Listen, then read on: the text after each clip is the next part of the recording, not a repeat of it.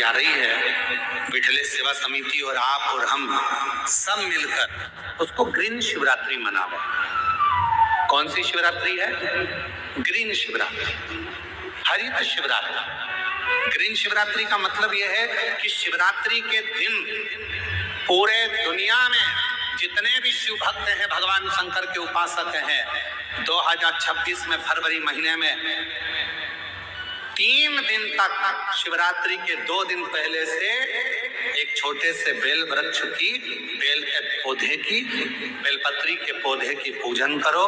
शंकर जी के मंदिर में उसकी आराधना, अपने घर के अंदर उसकी आराधना करो। और शिवरात्रि के दिन एक साथ पूरी दुनिया में, पूरी पृथ्वी पर करोड़ों लोग एक साथ बेलपत्री का पौधा जहां तुमको मौका मिल जाए वहां लगाना और रोज प्रतिदिन उसमें जल चढ़ाना, जिससे वो पौधा बड़ा होगा। अपन मर भी जाएंगे तो अपने हाथ का लगा हुआ वो पौधा पेड़ बनेगा और उसकी बेलपत्र शिव जी को चढ़ती रहेगी और अपना आनंद पाते रहेंगे। इसलिए उसको ग्रीन शिवरात्रि, ग्रीन शिवरात्रि का ये अवसर 2026 में जो फरवरी के महीने में महाशिवरात्रि आ रही है, उसको संपूर्ण दुनिया, संपूर्ण विश्व उस शिवरात्रि को ग्रीन शिवरात्रि के रूप में लगाओ। एक एक पौधा भगवान शंकर के नाम का बेलपत्र के पौधे का स्मरण करो, लगाओ। अपने जीते जी एक पौधा लगाकर जाओ, जिससे मरने के बाद हम शंकर की पूजा नहीं कर सकते तो हमारा लगाया हुआ वो पेड़ बेलपत्री का, उस वृक्ष की पत्ती टूटकर शंकर जी को चढ़ेगी। अब ये तुम बेलपत्री लेके आए हो, ये बेलपत्री तुम लेके आए हो, शंकर जी को चढ़ाया। मेरी जीजियां सिर पे पल्लू ले लेके और बेलपत्री बड़े प्रेम से चढ़ा रही थी, तो हम उनका मुंह देख रहे थे। तो हम सोच रहे थे, ना जाने कहां कहां के पेड़ की, ना जाने किस किस ने पेड़ लगाया होगा। भगवान जाने जिसने पेड़ लगाया होगा उसकी बेलपत्र टूटकर शिवपोथी पर आ रही है। ये चढ़ाने वाले तो धन्य है, पर इनसे ज्यादा धन्य है वो व्यक्ति जिसने ये पेड़ लगाया था और जिसकी बेलपत्र शिव जी को।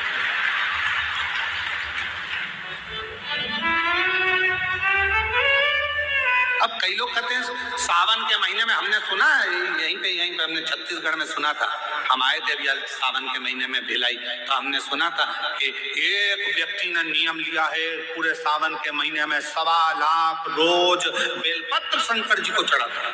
1.25 लाख।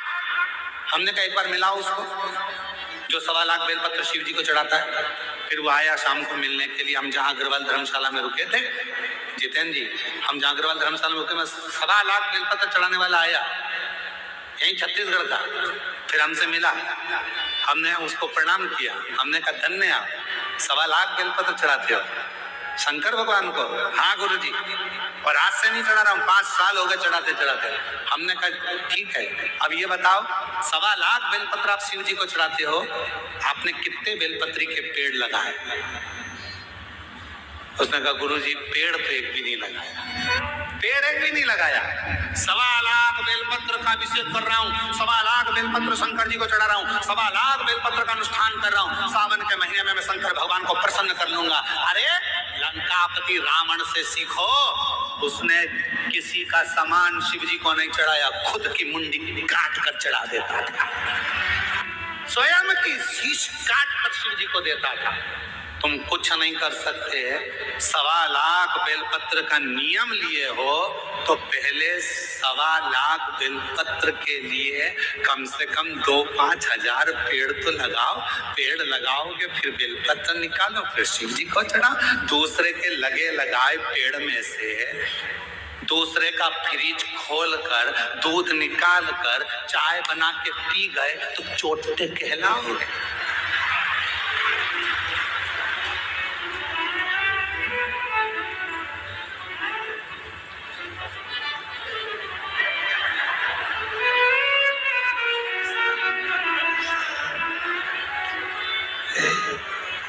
श्री शिवाय नमस्ते, श्री शिवाय नमस्ते। भगवान ऊपर से देख रहा कितनी ढोंग कर रही है। श्री बेलपत्र बेलपत्री का पेड़ दूसरे का, बेलपत्री का वृक्ष दूसरे का, और भेज दिया लोगों को, तोड़ ला। सब तोड़ के इकट्ठी कर ली। और मम्मी जा रही हो कथा में? हाँ, आज तो मैं ऊपर भी जाऊंगी स्टेज पे। एक काम करना, बेलपत्र ले जाओ। अब दूसरे की बेलपत्र तोड़ के लाया दूसरा। ये सीढ़ी पे चढ़ती चढ़ती ली आई। भगवान भी सोच रहे काय को आई, बेलपत्र दूसरे का, कौन सा लाभ मिला? तैयारी कर लेना, 2026 में फरवरी महीने में जो महाशिवरात्रि आ रही है, एक छोटा सा पौधा लेकर रख लेना या बीज से लगाकर रख लेना। उसको शिवरात्रि के दिन आप और हम कहीं ना कहीं अपने अपने क्षेत्र में उसको लगाएंगे, और उसका फोटो खींचकर तुम हमारे पास भेजना। हम उसको पूरी टीवी पर लगातार करोड़ों लोगों का फोटो कथा में दिखाते रहेंगे, और आपका एक पौधा, एक वृक्ष इस पूरी पृथ्वी को, पूरी वसुंधरा को सुंदर बनाए। पूरी वसुंधरा।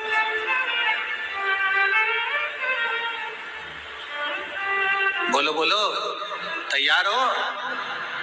जम के तो बोलो। पड़ोसन, नहीं तुमसे नहीं बोल रहा, तुम्हारे पड़ोसी टेंट वाले से पूछ रहा है। उधर वाले तैयार? इधर के पड़ोसी तैयार? बस तो फिर दोनों हाथ उठाकर हार ग्रीन शिवरात्रि मनाओ। अब की बार 2026 की महाशिवरात्रि ग्रीन शिवरात्रि हो। मेरी वसुंधरा, मेरी पृथ्वी, मेरी भारत माता फिर हरी भरी हो। लोग पेड़ काट रहे हैं, अपन पेड़ लगाएंगे और पूरी वसुंधरा को सुंदर बनाएंगे, प्रकृति को सुंदर बनाएंगे। एक बार सारे पितर जानते हो ना आप लोग? जम के तो बोलो। जो चले गए, प्राण छूट गए, जो चले गए, वो पितरों की गिनती में आ गए। गर्भ में अगर कोई बच्चा मर गया, गर्भ से बाहर निकल कर मर गया, तो वो आहूतों की गिनती में आ गया, जो कुंवारी अवस्था में मर गया। वो कुंवारा चले गया, आहूत हो गया, कुंवारी अवस्था में चले गए। तो पितर, आहूत, ये सब भगवान देवाधिदेव महादेव के पास आ गए, और भगवान शिव जी के पास आकर खड़े हो गए। शास्त्र कहता है कि 1000 वर्ष निकल गया, पितर और आहूत भगवान शंकर की सम्मुख में खड़े होकर केवल दर्शन करते रहे। उन्होंने ना कोई मंत्र जपा, ना कोई साधना करी, ना कोई व्रत करा, ना कोई उपास करा, केवल शिव को एक टकी निहारते रहे, केवल बाबा का दर्शन। कितना फल है दर्शन का, जरा देखिएगा। 1000 वर्ष तक पितर, आहूत, ये सब शिव जी का दर्शन कर रहे हैं। 1000 वर्ष बोले कुछ नहीं है, ना मंत्र बोला, ना तप करा, ना साधना करी, केवल भगवान का दर्शन किया, खड़े रहे बस भगवान के इंतजार में। भगवान के नेत्र खुलेंगे, बाबा हमको देखेंगे, देखेंगे तब हमें वर देंगे। शिव जी 1000 वर्ष की समाधि में लीन थे, और बाबा देवाधिदेव महादेव जब 1000 वर्ष की समाधि में लीन थे, नेत्र खुले नहीं थे। आज बाबा ने 1000 वर्ष की समाधि से अपने नेत्र को खोला, और 1000 वर्ष के समाधि पर जैसे ही बाबा के नेत्र खुले, तो सबसे पहले पितर और आहूत पर भगवान की दृष्टि गई, भोलेनाथ जी का निगाह गया। बाबा ने देखा,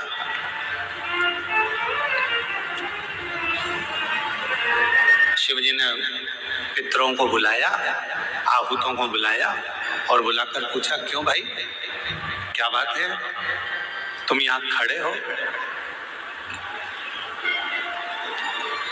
क्या बात है? बस देवाधिदेव महादेव बाबा पूछने ही वाले थे, इतनी देर में नंदी दौड़ कर आ गया, और नंदी दौड़ कर आया, और आते से ही भगवान भोलेनाथ जी से बोला, प्रभु आपने तो इनको अब देखा है, जितने समय से आप तप कर रहे हो उतने समय से ये बाहर खड़े होकर आपका दर्शन कर रहे हैं, इंतजार कर रहे हैं। नेत्र खुलेंगे बाबा हमें वर देंगे, नेत्र खुलेंगे बाबा हमें वर देंगे। 1000 वर्ष इन पितरों को हो गया, 1000 वर्ष इन आहूतों को हो गया। आपका दर्शन कर रहे हैं प्रभु, आप इन्हें वर दे दीजिए। शिव जी ने पितरों से पूछा तुम क्या चाहते हो, तुम्हें चाहिए क्या? आहूतों से पूछा तुम्हें क्या चाहिए, तुम बोलो। पितर और आहूत दोनों एक ही बात बोले, प्रभु संसार के लोग श्राद्ध पक्ष में हमको जल देंगे। संसार के लोग जब श्राद्ध आएगा, 16 श्राद्ध 16 दिन के आएंगे, तब ब्राह्मण को भोजन कराएंगे, पिंडदान करेंगे, तर्पण करेंगे, श्राद्ध करेंगे, तर्पण में जल देंगे, तब हमको जल प्राप्त होगा, तब हमको भोजन प्राप्त होगा, तब तक हम भूखे रहेंगे। इसलिए प्रभु एक कृपा कर दो कि ऐसी कोई व्यवस्था कर दो कि घर के लोग, परिवार के लोग, कुटुंब के लोग कोई भी प्रतिदिन या हफ्ते में एक बार कैसे भी उनके माध्यम से हमें जल प्राप्त हो जाए और हम तृप्त हो जाएं। भगवान देवाधिदेव महादेव ने वर दे दिया पितरों को, आहूतों को। क्यों चिंता करते हो? जब संसार का मनुष्य मेरे शिवलिंग पर जल चढ़ाएगा, वो जल बहकर जब नीचे की ओर आएगा और अशोक सुंदरी से स्पर्श कर कर आगे बढ़ेगा, उसी समय पर आपको वो जल प्राप्त हो जाएगा और सारे पितर और आहूत तृप्त होते चले जाएंगे। वो जल आपको वहां प्राप्त होगा।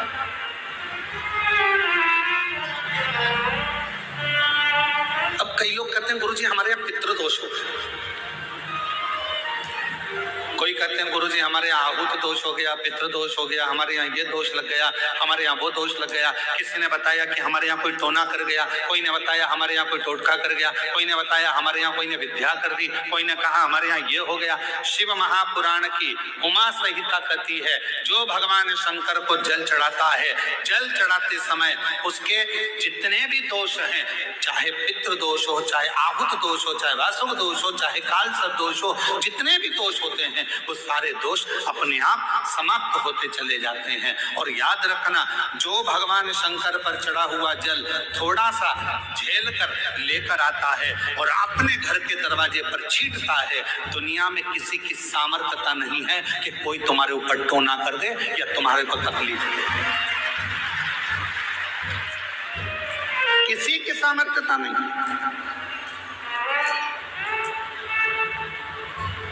हम तो बाबा के भरोसे चलते हैं, हम तो बाबा के भरोसे चलते हैं।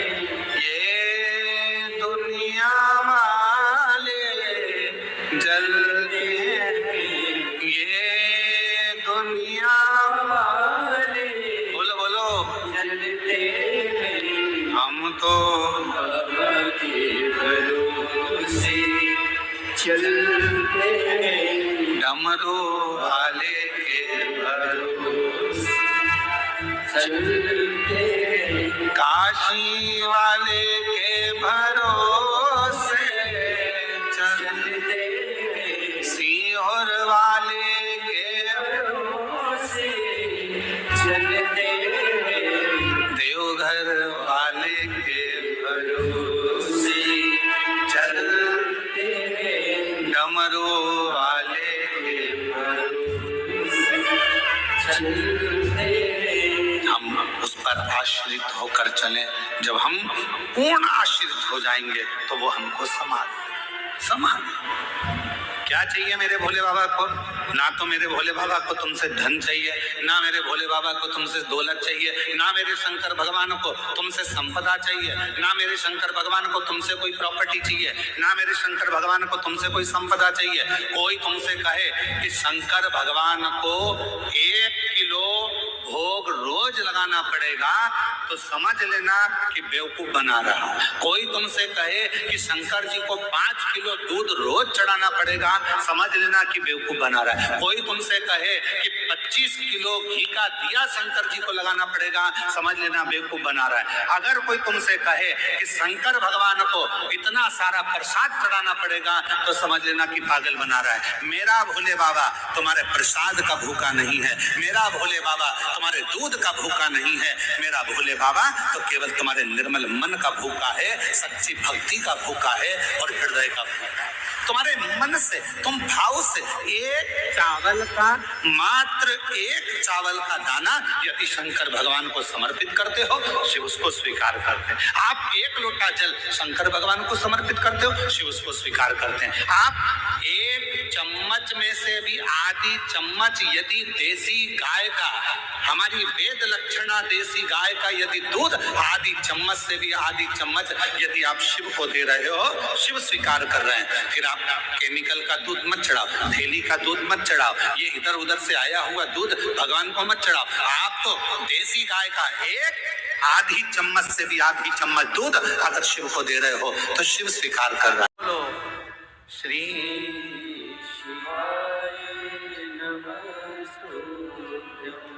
श्री शिवाय नमस्तुभ्यं, श्री शिवाय नमस्तुभ्यं। उस मंत्र का उच्चारण करना मूल हो जाता। पार्वती मैया ढूंढ रही है, कोई मिलता नहीं है। शिवजी उनको ले गए काशी में एक स्थान पर, तट पर माँ गंगा के बैठ गए। शंकर भगवान को नमन कर कर माँ पार्वती जी वहां से चल दी और पार्वती मैया भ्रमण करने के लिए गई, ढूंढने के लिए गई। जो मंत्र जप रहा था, जो मंत्र का उच्चारण कर रहा था, जो मंत्र को पढ़ रहा था, वो कौन है, कहाँ है, दिखता नहीं है। माँ उस पार्वती मैया उस काशी खंड के अंदर, माँ काशी की नगरी में उस जीव को ढूंढ रही है जो उच्चारण कर रहा है, जो जप रहा है, मंत्र का उच्चारण कर रहा है। और तभी पार्वती मैया भ्रमण करने के लिए निकली। ढूंढते ढूंढते ढूंढते ढूंढते शिव जी के मंदिर जा रहे हैं, भगवान शंकर के मंदिर में जाकर लोटा जल चढ़ा रहे हैं। शंकर भगवान के शिवलिंग का यदि आप स्पर्श भी न कर पाए, कोई स्पर्श भी ना कर पाए तो कोई बात नहीं है। आप भगवान शंकर के शिवलिंग पर जल चढ़ाने के लिए जब लोटा भरकर लेकर जाते हैं, अपना हाथ में, अपने घर से जब लोटा लेकर जाते हैं जल चढ़ाने के लिए, उस लोटे पर अपना हाथ आता है।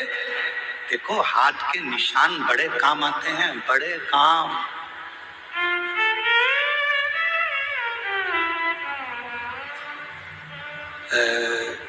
आधार कार्ड बनता था ना पहले, आधार कार्ड बनता था तो थंब लगाए जाते थे, उंगलियों के निशान ऐसे 5 उंगलियां लगाकर ऐसे देखा जाता था, 4 उंगली। फिर नेत्र,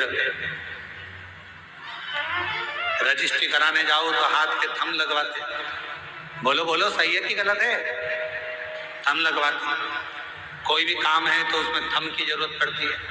हाथ के निशान मूल होते हैं। जब हमारे पानी के लोटे पर हमारे हाथ के निशान हो जाते हैं और हम देवाधिदेव महादेव को जब जल समर्पित करते हैं तो बाबा हमारे हाथ की उल्टी रेखा को सुलटी कर देता है, सुलझा देता है और वो रेखाएं सीधी हो जाती हैं। वो रेखाएं सीधी,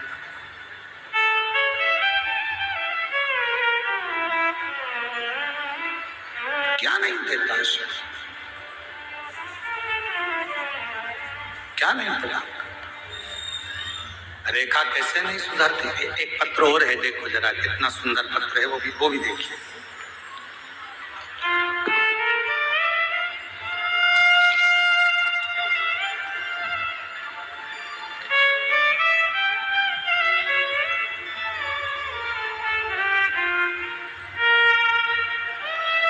जमुना रमेश सिन्हा, जरा गांव का नाम बोलो पढ़ के।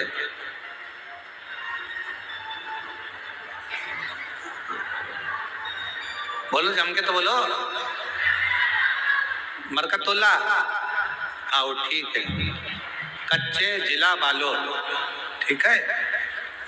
कहीं बैठी हो तो हाथ हिला सकती हैं जिनका ये पत्र है।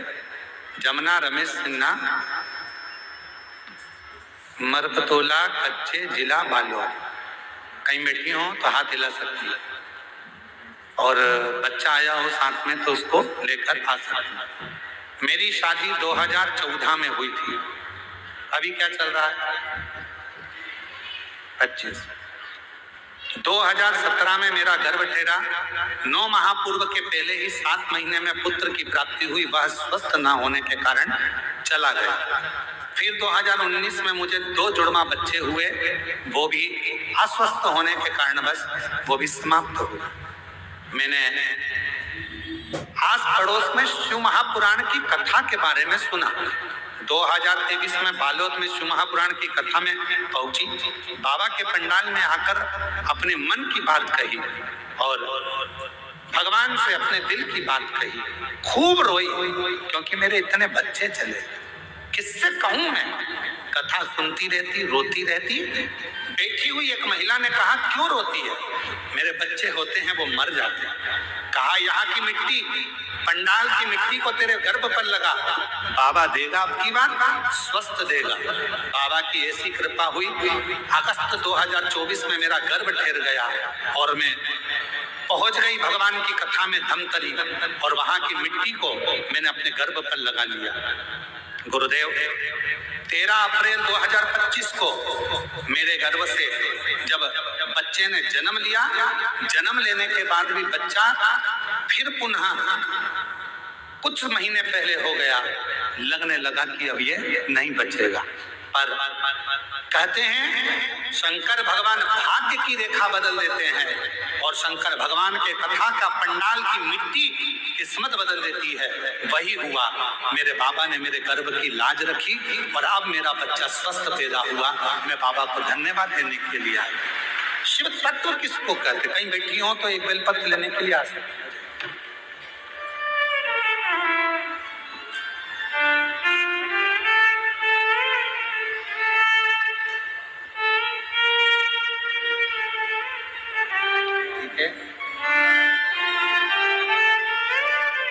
खाली न जाता कोई दर से तुम्हारे, खाली न जाता। जोरदार ताली बजाओ। कैंसर की रिपोर्ट नील हो गई। ये शिव की कृपा है, उदारता है।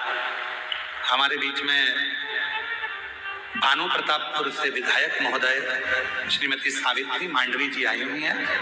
मैं उनको आमंत्रित करता हूं, वो व्यासपीठ का पूजन करें। जोरदार ताली बजाकर उनका स्वागत करें। पड़ जाए तब पुकारो श्री शिवाय नमस्ते। फल मिलेगा।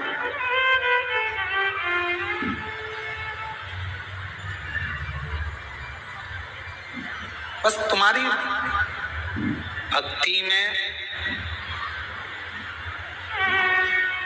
तुम्हारे भगवान के भजन में विश्वास पूर्ण होना चाहिए। एक पत्र है, देखिए, एक बहन जी ने लिखा है। मैं शारदा चोंगेल, भानु प्रतापपुर की रहने वाली हूँ। कहीं बैठी हो, आप ही हैं? हाथ हिलाओ एक बार वापिस। आ जाइए, बेलपत्र लेकर जाइएगा। आ जाओ। हमारे गांव में पहले सत्संग में बहुत जाते थे, लेकिन सत्संग भी होता था, लोग जाते भी थे, लेकिन किसी के बहकावे में आकर पूरे गांव में देवी देवता को नहीं मानते। अब देवी देवता का लोग मजाक उड़ाते हैं, मूर्तियां विसर्जन करवा दिए। गांव में कोई देवी देवता को मानने वाले नहीं रहे। पर गुरुजी, आपकी कथा ने मुझे विश्वास दिया। मैंने देवी देवता को नहीं छोड़ा, भले पूरे गांव के लोगों ने छोड़ दिया। लोग आते, भड़काते, कहते, क्यों जाते हो प्रवचन में? क्या रखा है पत्थर की मूर्ति में? क्यों जल चढ़ाते हो? क्यों मंदिर जाते हो? क्यों देवी जी को पूछते हो? लोगों ने सारा गांव देवी देवता को पूजना बंद कर दिया। पर आपकी कथा चालू हुई तो मेरे मन में विश्वास जागृत हुआ। मैं भी बदलने वाली थी गुरुदेव, पर आपकी कथा ने भरोसा दे दिया। और गांव के लोग मेरे पीछे भी पड़े रहे कि तुम मंदिर जाना छोड़ो, तुम भगवान को मानना छोड़ो, पर हमने नहीं छोड़ा। और मेरी बेटी जो जेई की एग्जाम दे रही थी कई बार से, उसका क्लियर नहीं हो रहा था, उसका भी मन विचलित होने लगा था देवी देवता को छोड़ने का। पर मैंने अपनी बेटी से कहा तू चिंता मत कर, सियोर वाला बाबा कहता है कि कथा के पंडाल में बैठकर जो मांगा जाता है वो मिलता जरूर है। अगर मैं भी छोड़ दूंगी, एक बार मैं प्रयास कर देखती हूँ, भिलाई में कथा हो रही है वहां जाती हूँ, कथा के पंडाल में लोग जाते हैं और काम होता है, मैं भी तो देखूं कि वो कह रहे हैं कि हमारे धर्म में आओ, वो कहते हैं कि अब तुम्हारे देवता छोड़ दो, मैं अपना देवता क्यों छोड़ दूं? अगर मेरे देवता में बल होगा तो पंडाल में जाकर बैठूंगी और झोली जरूर भरेगा। फिर तो मैं पूरे गांव को फिर देवी देवता की पूजन में लगा दूंगा। और वही हुआ, भिलाई पहुंच गई मैं और पंडाल में बैठकर बाबा से प्रार्थना करी, बाबा खाली मत भेजना, मेरी बेटी की परीक्षा है। उसने कहा माँ ये लास्ट है, इसके बाद हम भी बदल जाएंगे। तो बाबा ने कृपा कर दी। मैं भिलाई की कथा कर सुनकर पंडाल से वापस लौटी और मेरी बेटी ने कहा माँ मेरा इंजीनियरिंग कॉलेज रायपुर में सिलेक्शन हो गया, मैं पास हो गई। और जैसे ही बेटी ने कहा, धीरे धीरे धीरे धीरे कर गुरुजी अब मेरा पूरा गांव भी शंकर को एक लोटा जल चढ़ाना वापिस प्रारंभ करते। कुछ बोलने की जरूरत नहीं है, तुम्हारा जब मन पड़ जाए तब पुकारो ओम नमः शिवाय। जब तुम्हारा मन पड़ जाए तब पुकारो नमः शिवाय। जब तुम्हारा मन पड़ जाए तब पुकारो श्री शिवाय नमस्ते। फल मिलेगा।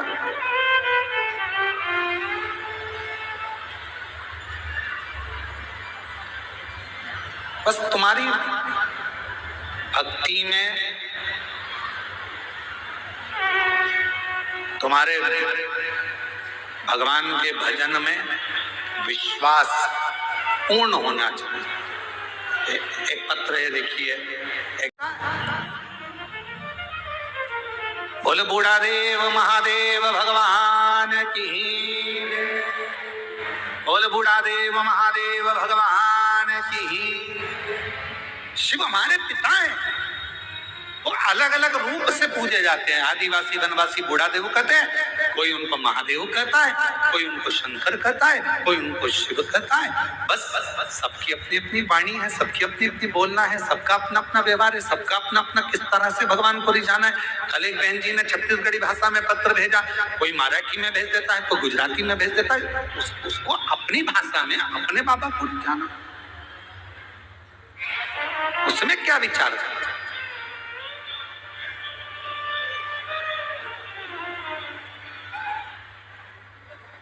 शिव नाम कैसे भी जपो, भगवान शंकर का कैसे भी भजन करो।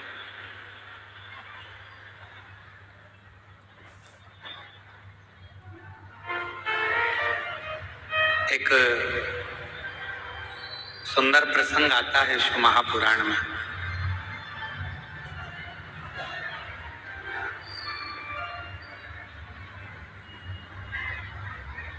कि भगवान शिव के तेज पुंज से, मां गंगा जी के जल से 6 पुत्रों का जन्म।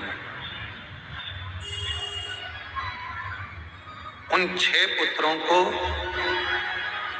कृतिकाओं ने पाल पोस कर बड़ा करा तो उनका नाम कार्तिक है। कार्तिक है कौन? भगवान शिव के पुत्र। कहते हैं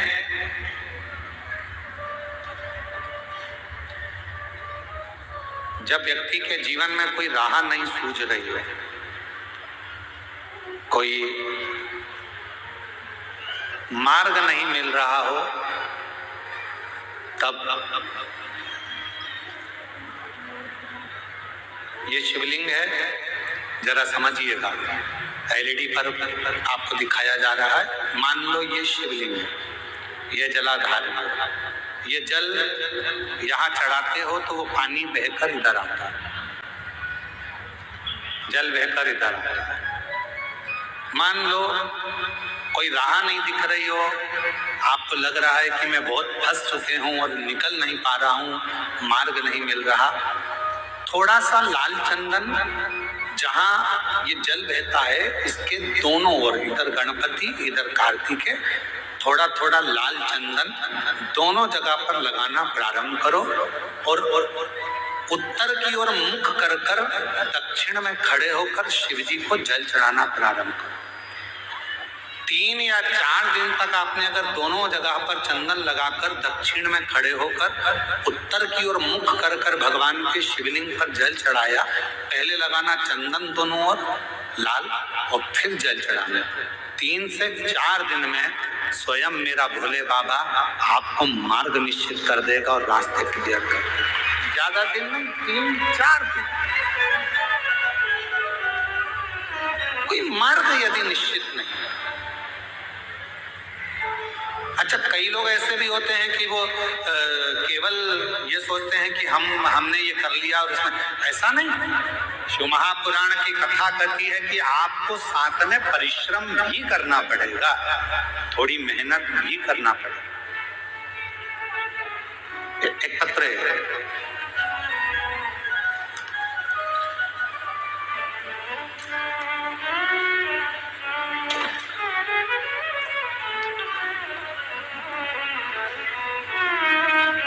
श्रीमती सुमित्रा मरकाम, पहले फोटो देखिएगा। जिस लड़के का एक्सीडेंट हुआ था आपको हर पल शुद्ध करता, हर पल शुद्ध करता। जैसे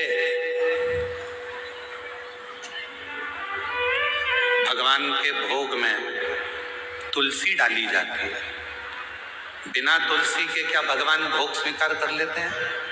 जम के बोलो, नहीं करते। भगवान को अगर भोग स्वीकार कराना है तो भगवान के भोग में तुलसी डालते हैं। भगवान के भोग में हम प्रसाद में तुलसा दल डाल देते हैं, जिससे भगवान उसको स्वीकार कर लेते हैं। उसी तरह भगवान भी जिसके गले में रुद्राक्ष है और जिसके गले में तुलसी की माला है, भगवान भी देख लेता है कि मुझे इसको स्वीकार करना है, ये मेरा अपना है, इसको मुझे स्वीकार करना है, ये मेरा अपना है।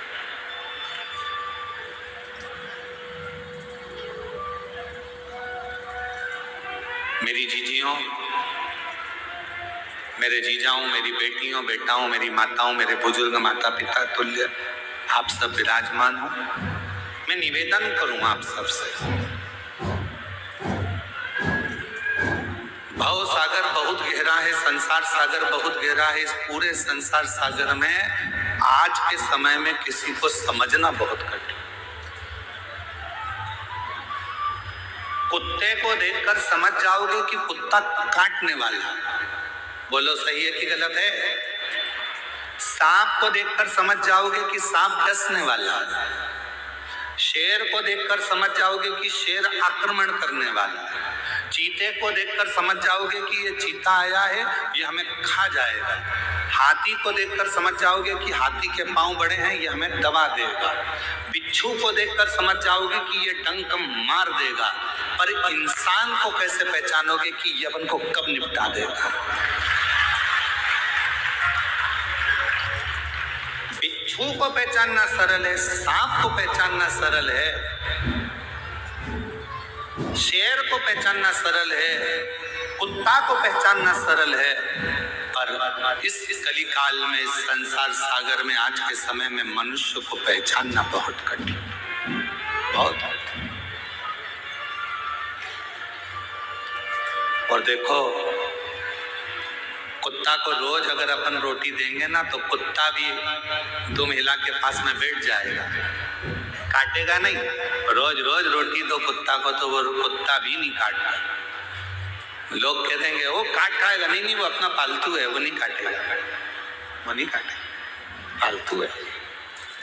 कुत्ता को रोज रोटी देंगे तो वो कुत्ता काटता नहीं है। पर आज का संसार ऐसा हो गया कि पूरी जिंदगी आपने किसी को दे दी, पूरा धन आपने किसी को दे दिया, पूरी प्रॉपर्टी आपने किसी को दे दी, उसके बाद भी लोग काटने को तैयार बैठे हैं, आपको नुकसान पहुंचाने को।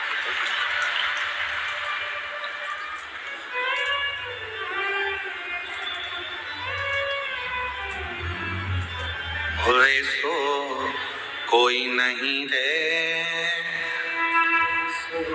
कोई नहीं रे, हीरा को परखियो राम, कोई नहीं रे। इस संसार सागर में परखने वाला नहीं मिल सकता। महाराज बड़ा ध्यान देना पड़ेगा। आप कुत्ते को पहचान सकते हो कि यह काटने वाला है, बिच्छू को पहचान लोगे काटने वाला है, सांप को पहचान लोगे काटने वाला है, पर मनुष्य को नहीं पहचान सकते, मानव को नहीं। कब, कहाँ, कैसे, किस जगह पर नुकसान देगा ये आपको मालूम नहीं पड़ेगा। कब आपको तकलीफ देगा मालूम नहीं पड़ेगा, कब आपको कष्ट देगा मालूम नहीं पड़ेगा। तो क्या करें इस संसार सागर में? दुनिया मौके का फायदा उठाने के लिए बैठी है। मेरी जीजियों, आप सब मोबाइल चलाते हो, जितने बैठे हो ना सब मोबाइल चलाते हो। किसी की तारीफ हो रही होगी ना सोशल मीडिया पर, तो कोई उस पर कमेंट्स नहीं करेगा, कोई उस रील को आगे नहीं बढ़ाएगा। पर उसी सोशल मीडिया पर अगर किसी की एक बार किसी प्रसिद्ध व्यक्ति की बुराई चालू हो जाए तो फिर तो रील ऐसी वायरल होती है कि पूरी दुनिया में फैल जाती है। मतलब इस रील से आपको सीखना पड़ेगा कि दुनिया आपकी तारीफ सुनने के लिए नहीं बैठी है, दुनिया आपकी बुराई सुनने के लिए तत्पर बैठी है कि कुछ करे। और हम, कोई नहीं चाहता कि आप अच्छा काम करो, कोई नहीं चाहता कि आप किसी भी तरह से कोई श्रेष्ठ कर्म करें।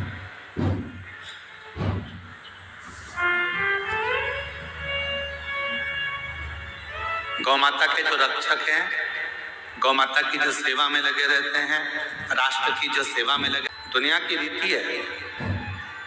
आप तो इस क्षेत्र में रहते हैं तो आपको ज्यादा मालूम होगा कि जो सनातन को आगे बढ़ा रहा है, जो धर्मांतरण को रोक रहा है या किसी भी तरह से वो गौ माता की सेवा कर रहा है, तो दुनिया के लोग उसी के पीछे पकड़कर उसी की टांग खींचकर उसी को नीचे गिराने में लगे रहते हैं।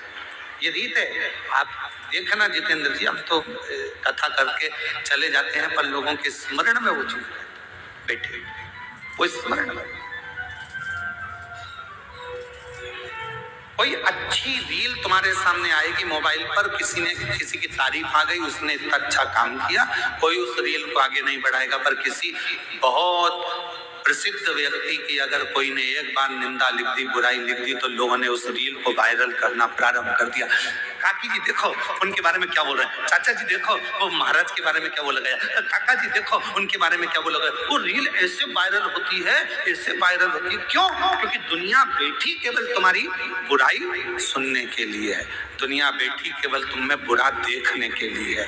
पर शिव पुराण की कथा कहती है कि दुनिया के लोग कुछ भी कहें, शंकर भगवान को लोग शब्दों पर शब्द कहते रहे थे। ध्यान देना, भगवान देवताओं ने भी शिव जी को नहीं छोड़ा, खुद के ससुर ने भी शंकर भगवान को नहीं छोड़ा, दक्ष प्रजापति ने भी शंकर भगवान को अपशब्द पर अपशब्द कहे, साड़ू भाई था कामदेव, उसने भी नहीं छोड़ा, सती की बहन थी रति कामदेव की पत्नी, उनने भी कहने में नहीं छोड़ा। जितने भी रिश्तेदार थे, जितने भी कुटुंबी थे, जितने भी लोग थे, सबने शंकर भगवान को अपशब्द किया। उसके बाद भी शिव जी ने किसी का बुरा नहीं करा और देवताओं के हित के लिए विष पी गए और नीलकंठ धारी बन गए। किसी के लिए मेरे भोले बाबा ने, किसी के लिए मेरे शंकर भगवान ने एक शब्द भी नहीं कहा, क्योंकि शिव जी को मालूम था कि बोलकर बुरा होने से अच्छा है कि जो विष है ये देवता पिएंगे, संसार के लोग इसको ले लेंगे और बर्बाद हो जाएंगे। इस विष को मैं पी लेता हूँ और भगवान नीलकंठधारी हो गए।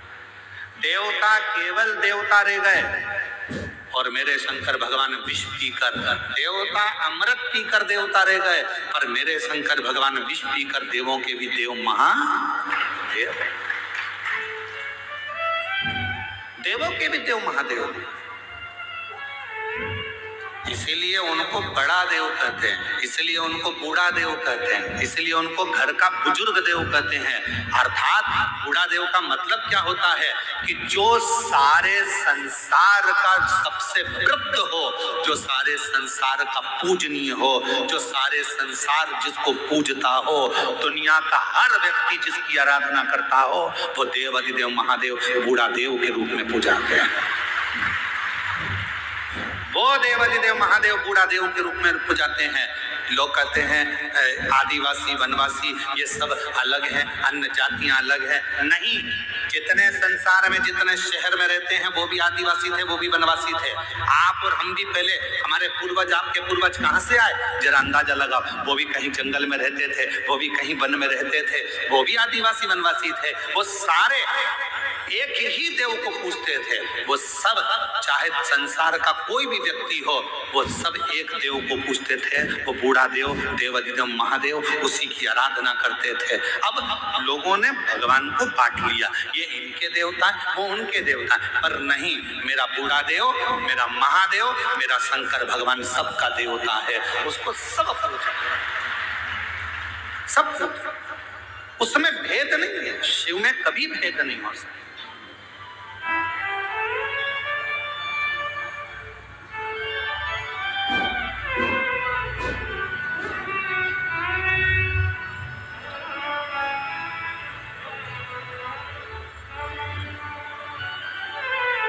महाराज, आप जिस भाव में उसको भजेंगे वो भाव में मिल जाएगा। दुनिया की रीत है आपसे लाभ ले लेना और आपको धक्का मार दे, आपको धक्का दे। पर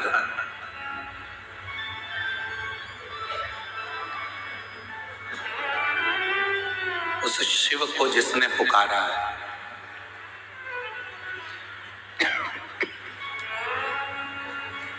बाबा देव अधिदेव महादेव को जिसने पुकारा है, वो शिव उसके दुख हरने के लिए उसके दरवाजे पर जाकर जरूर खड़ा,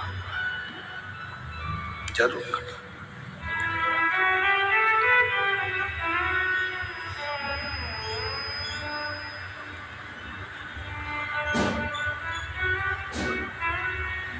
एक जगह पर हम कथा करने के लिए गए। जैसे यहाँ आए थे कच्चे गांव, तो कच्चे गांव में भी हम पहुंचे जब, तो वहाँ उनके जजमान जी जयसवाल जी के यहाँ खूब ढोल बज रहे थे, खूब ढोल। कच्चे गांव आने से पहले एक जगह पर मंदिर में, कहीं पास का कोई गांव था, वहाँ रोक लिए थे। तो वहाँ पर मंदिर में, वहाँ पर भी दरवाजे पे बहुत ढोल बज रहे थे। एक जगह पर गए,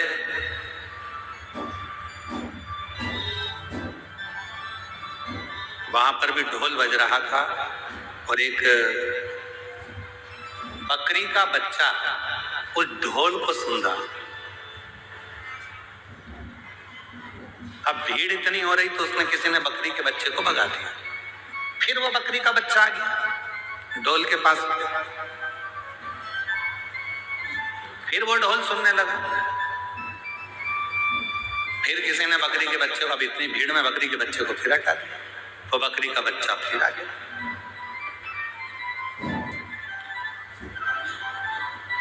इतने में ढोल वाले ने उसको थोड़ा सा डंडे से, वो जो ढोल बजाने वाला डंडा होता है, उससे ऐसा करा, बकरी का बच्चा उधर गया। फिर हम बहुत देर से देख रहे थे, ये लोग नाच रहे हैं और हम गाड़ी में से हम देख रहे हैं कि ये ढोल वाला उस बकरी के बच्चे को हटा रहा है। अब की बार उसने कहा हटता भी नहीं है, और बकरी का बच्चा फिर हमने इशारा कर कर ढोल वाले को बुलाया, हमने कहा इधर। कहा गुरुजी क्या बात है? हमने कहा तू इस बकरी के बच्चे को क्यों भगा रहा है? समझ में नहीं आता, ना तो इसको संगीत आता है, ना इसको ढोल बजाना आता है, और ना ये ढोल जानता है कि बच क्या रहा है। फिर आखिर ये ढोल के पास में बकरी का बच्चा क्यों आ रहा है? हमने कहा ढोल वाले से, भैया वो बकरी का बच्चा ढोल के पास में इसलिए आ रहा है कि उस ढोल में से उस बकरी के बच्चे को अपनी माँ के शब्द सुनाई दे रहे हैं, उसकी माँ के शब्द। ना जाने किस बकरी के चमड़े से वो ढोल बना होगा, और जब वो पिट रहा होगा तो उस बकरी के बच्चे को अपनी माँ के शब्द याद आ रहे हैं, माँ के शब्द। इसलिए वो बकरी का बच्चा ढोल के पास में आ रहा है, ढोल के। तो फिर उसको तो कहीं इधर उधर हो जाना चाहिए, फिर वो ढोल के पास वो बता रहा है तुमको कि ये जो ढोल बजा रहे हो ये संसार को नचाने के लिए नहीं है, ये जो ढोल बजा रहे हो ये ढोल तो उस परमात्मा को पाने के लिए है। उसका भजन करो, स्मरण करो, उसकी भक्ति में रहो।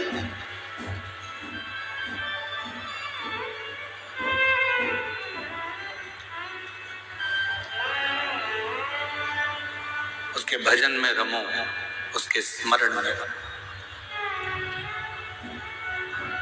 बिना भक्ति के कुछ प्राप्त नहीं हो सकता, कुछ।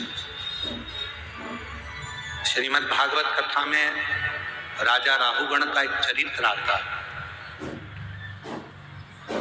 राजा राहुगण पालकी में बैठकर जा रहे थे और पालकी उठाने वाले के पांव में लग गई थी।